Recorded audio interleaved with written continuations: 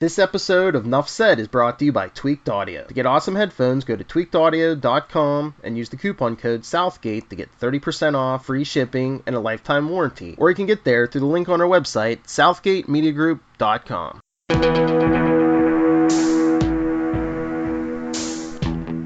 Are you sorry? Are you heartily sorry for all of your sins? Well, it doesn't matter. For now is the time of your just punishments. Good.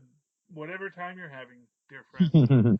Welcome to Season 2, Episode 10 of Just Punishments, where we are reviewing Season 2, Episode 10, The Dark Hearts of Men. I am your host, Charlie the Professor Esser. With me, as always, is my very skinny, very rich, very amazing. It's Mozz. Tonight's episode, The Dark Hearts of Men, Esme, Donnie, and Krista debate who's worth saving. Frank prepares to storm Russo's territory. A brutal encounter pushes Pilgrim back into old habits. Our director tonight is Alex Garcia Lopez, Jerry Conway, John Romita Sr., and, of course, Ross Andrew get our Marvel credits this episode. Steve Lightfoot gets our created by. Steve Lightfoot and Angela Lamanna get our written by credits week. Angela Lamanna, she's once again our executive story editor, and the person she pushes around is just our regular story editor, hardest working man in show business this week, Ken Christie. This was a neat episode. I really like this episode. It plays with time a little bit.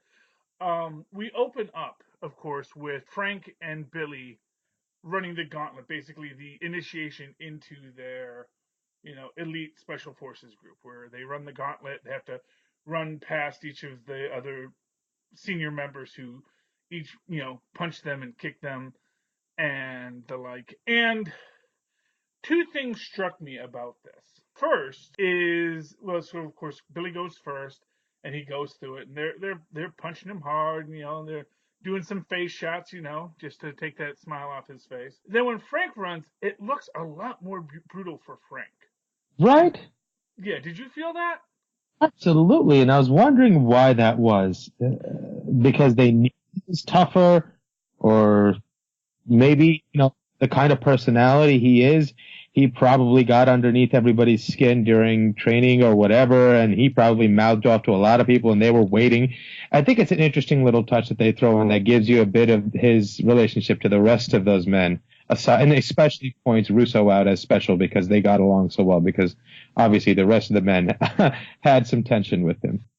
And at the end, he's the only one that offers him his hand to get up. Nobody else, What I thought was most telling, and for what it's worth, I think maybe Frank Castle is probably a real killing nerd. So in nerd class, in killing class, he was probably like, well, actually, best way to kill someone at close range is this, and this, and this, and that he was so good at it, and that kind of overshined all of the older recruits. So I think that might have had something. But what I thought was most telling is, even though Frank and him, they're going into this so bonded, but the second Frank gets to the end of the gauntlet, Russo, who of course went through first and so is now officially initiated, takes that sucker punch on him, goes to comfort him, and then immediately sucker punches to kind of basically like the older twins, and I'm 3 seconds older than you, man. That's interesting. I saw it a little differently, because to me, if you think about it, they're doing it out of love. It is violent, it is whatever, and I guess in a way it's sort of like a last chance to air your grievances or get it out before you bond in this brotherhood.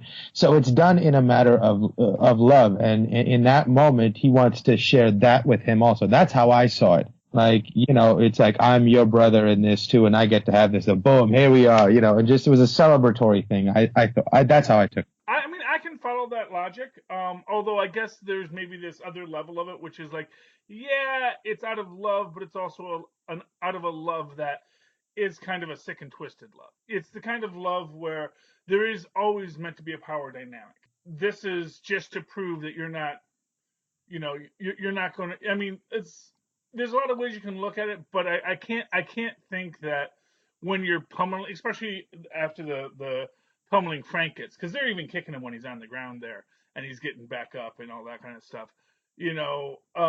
I don't think that's as much out of love as it is out of an attempt to sort of remind someone of their place, and to remind everyone that there's a hierarchy here, and this is where you are in the hierarchy. And I think even along those same lines, that goes into that idea that these guys maybe know Frank Castle is going to be overshadowing them. They also, so that this is going to be their one chance to sort of say, hey, there's a pecking order here before Frank Castle says yeah, and I'm the head rooster, So Hmm. that's a neat way that it goes. Hmm. I think now I think we go from. Do we go from that right to Pilgrim?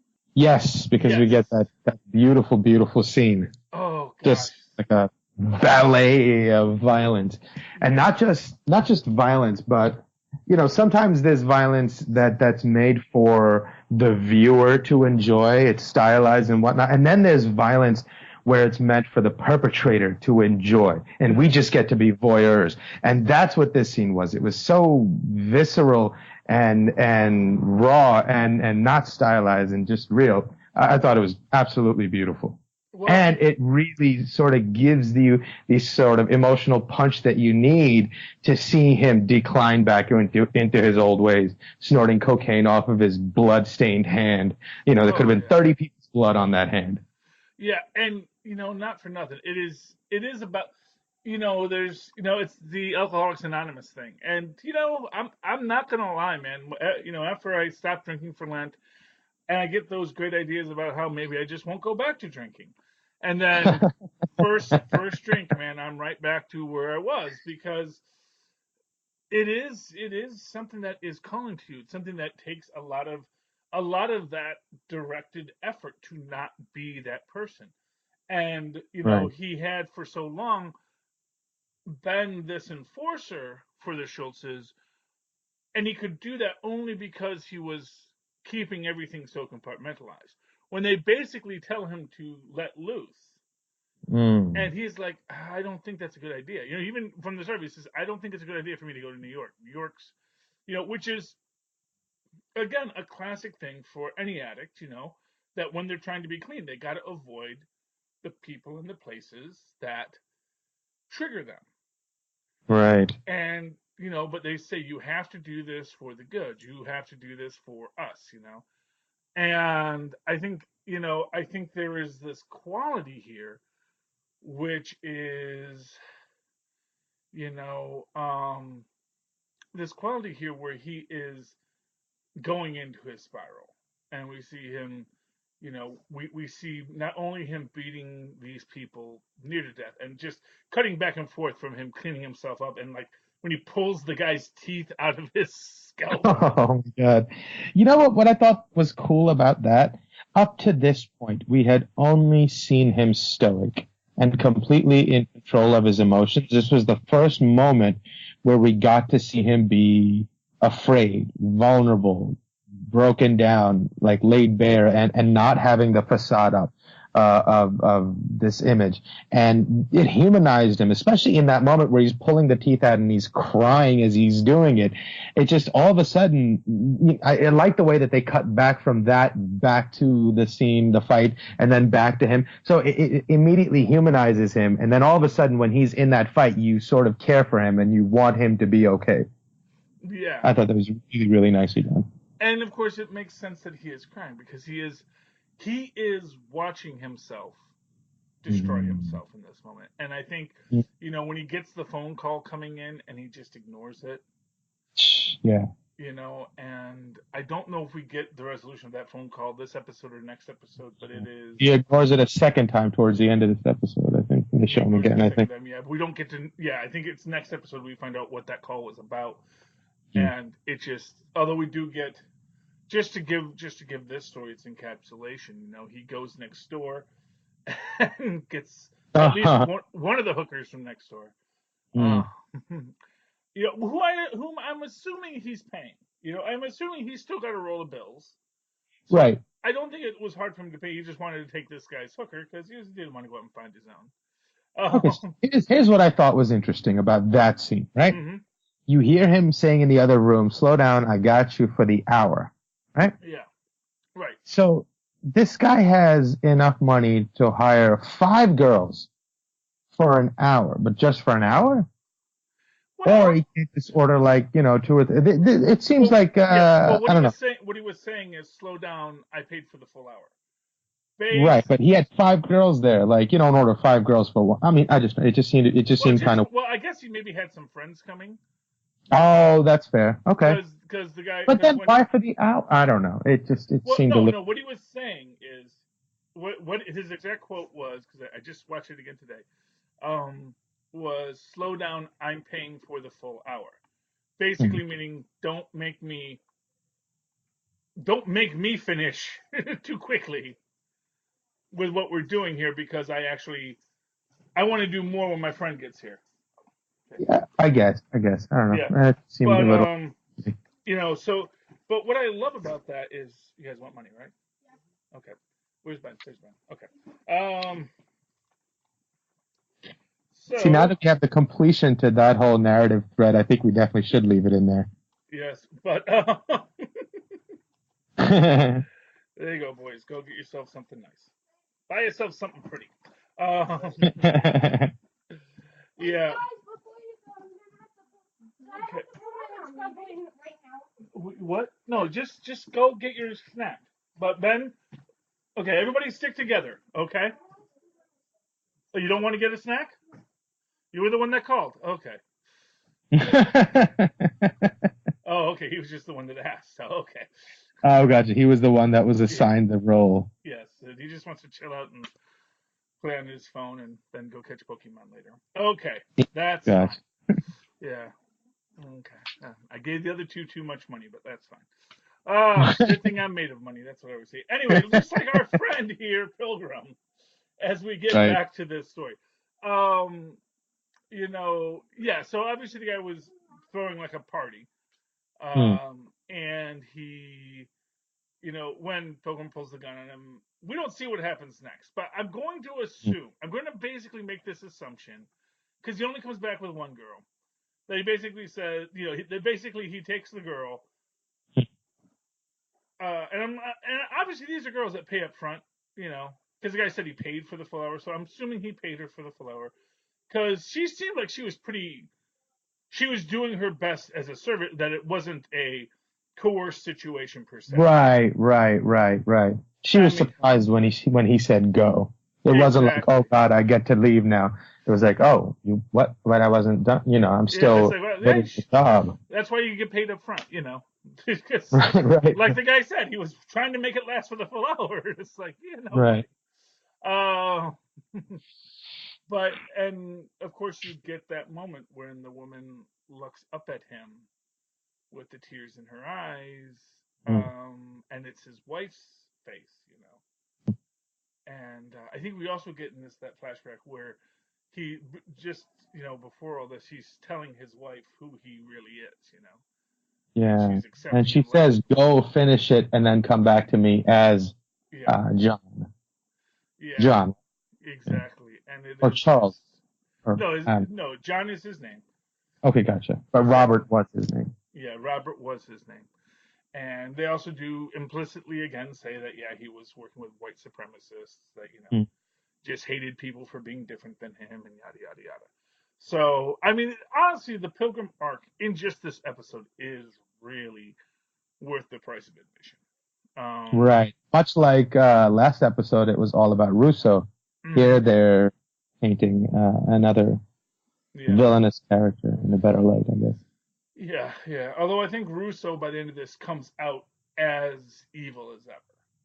Right. I feel like maybe that's why they didn't let him fester so long on the news that he killed his best friend's family, maybe partially his own family in a way, because they didn't want him to be redeemable in any sense. Yeah. And like they did with Pilgrim here. And there's an aspect of this in what Pilgrim says to the hooker, where he says, brotherhood is just a funhouse mirror reflecting back just reflecting yourself back at you, and I But thought that's that, a good thing. well, no, not really, because he's basically saying how empty it is, that this brotherhood, either whether it was the Aryan Brotherhood that he was a Oh, member of, or I think that also brotherhood in general. applies to his current brethren Hmm. of this church, that in both cases it is this idea that, when people are asking you to fight and die for them, out of your loyalty to the brotherhood, it is often a false narrative. Right. It's mostly a self-serving endeavor. Yes, exactly. And I think we're going to get more of this next episode, because I know he speaks with some of the elders later, and I think that and it might be even the episode after this one or after the next one, where he starts giving this pushback of, like Achilles in the tent. Why should I kill other soldiers just for these wars of kings? Yeah. These men are no different than me. But we get an interesting parallel in that again with Russo at the end, when he is giving his speech to his men before knowing that the Punisher is going to engage them, Right. knowing what's going to happen. And honestly, when you think about it, knowing the Punisher, and he makes the point, there's only 4 of these guys here, that the Punisher is going to kill all 4 of his men. He knows that. He is literally sacrificing these men, and then, spoilers for the very end, the women that he keeps behind. He is sacrificing them just to mess with the Punisher. Right. Which shows how little he actually ever cared about Brotherhood. That it Right. is just And a yeah, dark funhouse he movie. knows they're all gonna die. Right. Yeah. But which brings us to how unbelievably bad at her job Dina Madani is.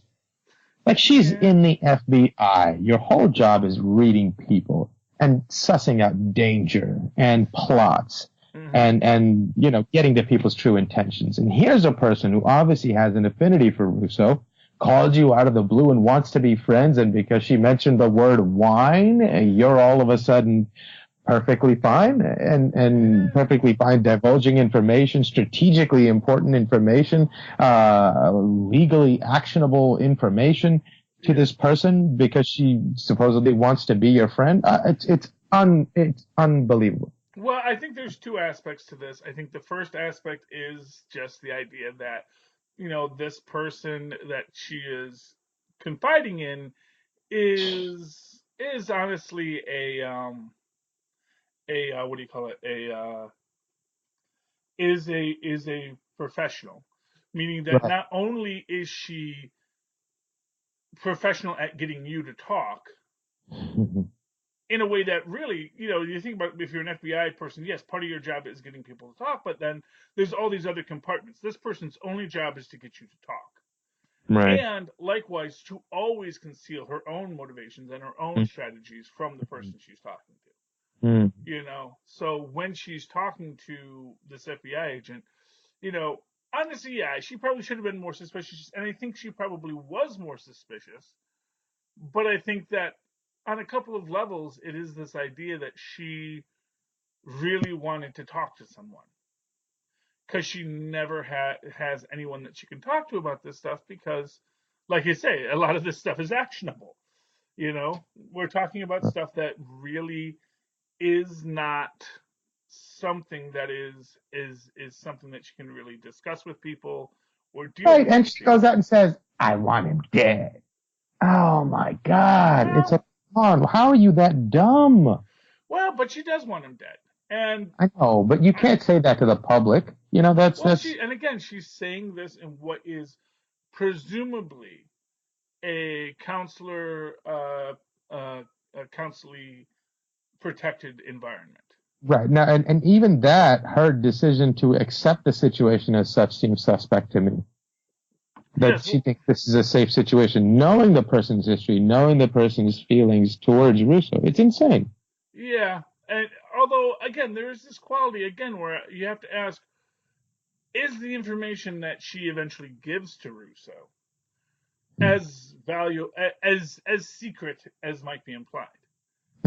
It's like Yeah. it's like yeah, it's a it's Right, but a it does hurt them strategically. Like going forward, she no longer has a leg to stand on, strategically speaking, if they want to devise a plan whereby they try to trick Russo into thinking, hey, Madani's going to take you in. You're going to go to jail. Frank's not going to kill you. Now he's not going to believe it. Like she's laid bare her intentions completely to the enemy. It's, yeah, but the fact of the matter is and I think they do touch base on this because first off, they have the death penalty in New York. There's also a national death penalty. So there's no way this guy, if he gets captured, is avoiding a needle unless he totally pleads out. And what she actually says is what she really wants is for him, what if I did bring him in and what if, we do this? And she's like, I want him to live with that knowledge that I beat him and that he didn't affect me. And really at its core that she wants to kill him, she feels is Russo winning. Because at the end of the day, what I feel Russo is looking to do is to say none of you are better than me. That I'm not bad, you all are bad, and I'm just as that there is no moral high ground for anyone to seize. So I'm justified in all of my actions for self-fulfillment. Right. You're all lying to yourself. I'm the only realist. Exactly, and I do think that is what he is trying to present, misery loves company. And for what it's worth, I mean, honestly, what you can definitely say about both Madani and Kristen, I think, is that neither one is that good at their jobs. I mean, Krista. I mean, they're good at their jobs in the sense that they are clearly good at what they've done. They've risen to impressive ranks in their industry. But at the same time, that Krista can't see through Billy is so desperate to save someone. So desperate. This is it bothered me the whole time. She came off in the beginning as this caring individual that was sort of drawn to this case of trying to save this person as a challenge professionally, right? And then all of a sudden you see her become this diabolical, evil type person, conniving and blah, blah, blah. And then they sort of even start hinting at maybe there's some darkness inside her based on some trauma, yada, yada, yada. So they made the make the character travel emotionally quite a distance, right? And then it's like all of a sudden she's hung up on Russo. And so it makes me think, like, initially, was she really just a good-hearted person that got turned evil somehow, which for some reason I don't see any sort of steps that they walked to get her there? Or did she initially do it because she was just attracted to Billy because he was crazy? Well, I mean, I think it's often thought of in this way that, Jigsaw is kind of meant to be the Joker, the Punisher's Joker. Mm-hmm. And I guess they wanted to do their own Harley Quinn story here. So. Oh, how interesting. I mean, obviously they're not one-for-one matches, but this actually does smack a lot of the Harley Quinn story where it's like, right. Because there is this idea that she's approaching this person as a professional, and that she is trying to aid this person. And as she says, her dream, which I think literally is her dream, that if I can just get one of you guys out of your hells, basically, Billy's in hell, you're in hell, Frank's in hell, all of you guys are in this place of constant torment. If I can just get one of you to come out of it, then that will get me out of mine. And I think in a way what she's doing when she is coming, doing this turn for Billy, Billy's the one I'm working with. And maybe if Billy can get his revenge. So I guess So the question becomes, do you think she honestly is mistaken about who Billy is, or do you think she sees Billy for who he is, but recognizes a piece of herself in him, so she's willing to give up everything to join something that's like her? Well, I think this is my point, and I think the idea is so she is very critical of the "Have you tried killing them yet?" School of solving your emotional problems. That But is basically, she though? well, no, well, here's what I'll say. Because her suggestion is to kill these hookers Well, I don't know if to. that's her suggestion. Her suggestion is you have to take away. We don't know what her suggestion is. She just says, I know how to get Frank Castle. And the idea is you have to make Frank realize he's not he's not moral. He's not that basically what I think the argument is, because I think we get it in this episode. No, no, actually that's not until next episode. Okay, so there's another reveal in the next episode Hmm. where you find out that Billy never wanted to kill Frank. He just wanted Frank to kill people who he who who We're who he also did soldiers. yeah who weren't really people that he And, would normally have killed. And but I think turn there's them into those. So it's like it's a silly plot. And personally, I think that Billy killed those women on his own and left them there because there's no way with all the guns going off. Well, maybe they were hiding up there, but they would have tried. They would have left a while ago, you know. And all the girls left. So I think he didn't really do it. And for him to jump to that conclusion that quick, but again, he's not in the right state of mind. He's almost dead. So I can understand his. Well, we also hear him going like, wait, what? Because like, how did this Yeah. happen? Because he Yeah. just busts in there, and Billy does his little Hannibal Lecter taunt, and again, Frank can't shoot him. It's just but I think you get a parallel to this with Curtis when he goes back to Amy, and he is talking to her. That is in this episode, right, where Curtis goes back to Amy and talks about watching a guy die. I don't know. Yeah, because I've watched a little bit of the next episode. I don't know if I watched all of it. Yeah. So anyway, well, if not, this will be a little bit of a spoiler. But so Curtis's story in this is he's doing the sniper post. Again, not his field, but he's doing it. You need a sniper up there. And at first he just wounds a couple of the guys. Which actually, I mean, the math on this doesn't seem right. I think he might have had more. I think it was just talking to his 4 core guys, but maybe they picked up a couple other guys. Right, exactly. What he's saying, the guys who started this, there was only 4, but since then he's recruited quite a few more. Okay, so that's fine then. But he does shoot 2 guys in the legs, and then a third guy comes up, and he actually has to shoot him in the chest. And then he does all his rapid med stuff, although honestly, there's not much he can do with that. He just shot him with a high caliber rifle, and it's not like there's a medevac coming. And I doubt he had a full med kit with him.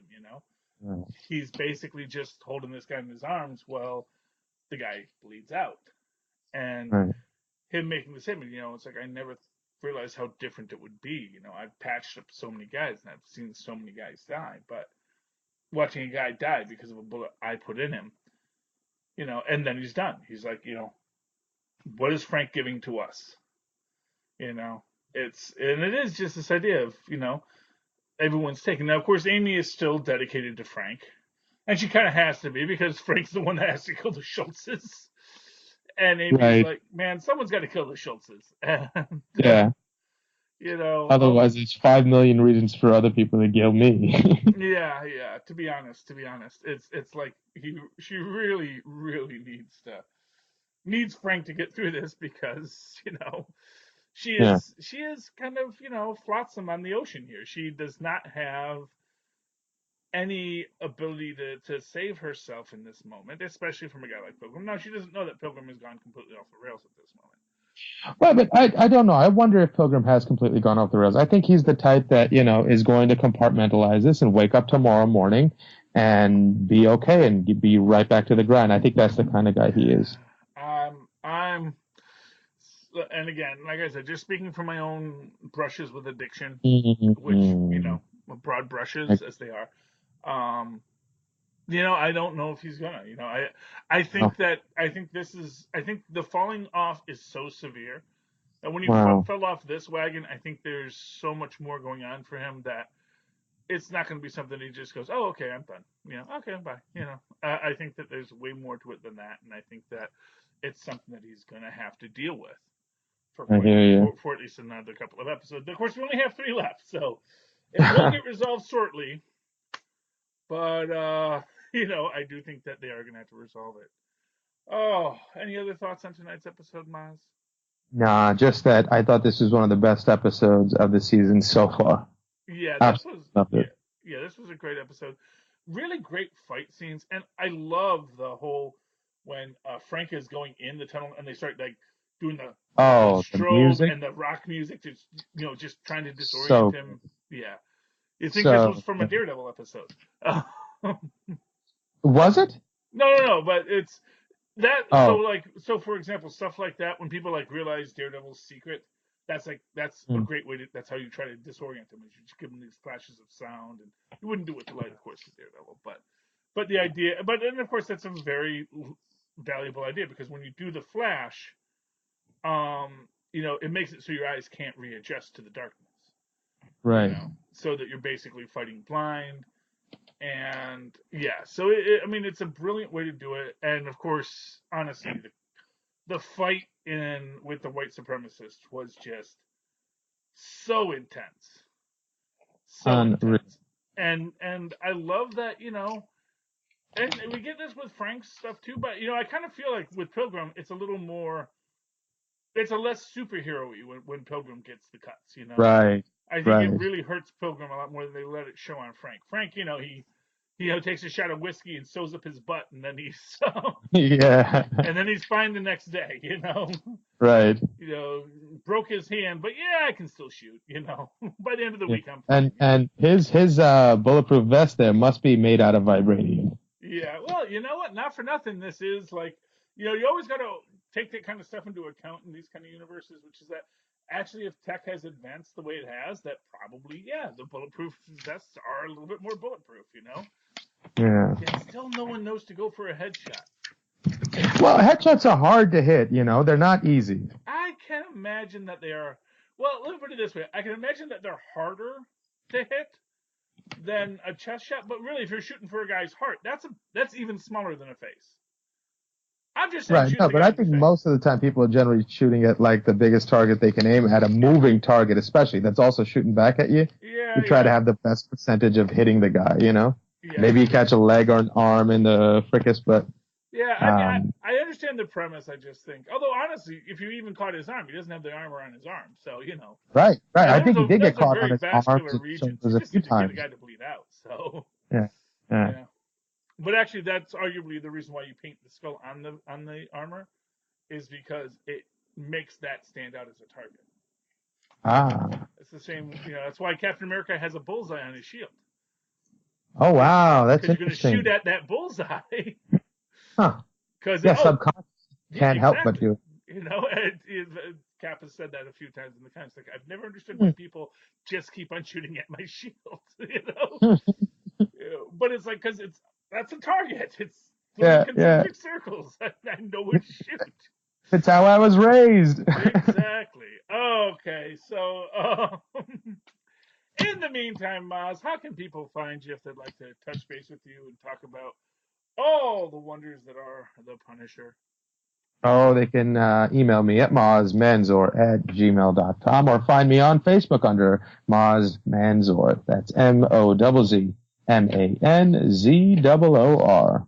And of course, you can always write to me in that old-fashioned email way. The way our Mozz and Paz once did at superconnectivityblog@gmail.com. That's superconnectivityblog, all one word, @gmail.com. Of course, follow me on the Twitters as I live tweet Agents of S.H.I.E.L.D. And, well, not Cloak and Dagger, because that's off for the season. But the Agents of S.H.I.E.L.D. will be back, and I'm going to try and live tweet it again next week. @Charlie Esser. That's CharlieEsser. Look for 2 E's in the middle. Bing. For quality. Dear penitents, you are now absolved of all of your sins. You may go forth in peace to sin no more. But when you do sin, return here for your just punishments. Good night.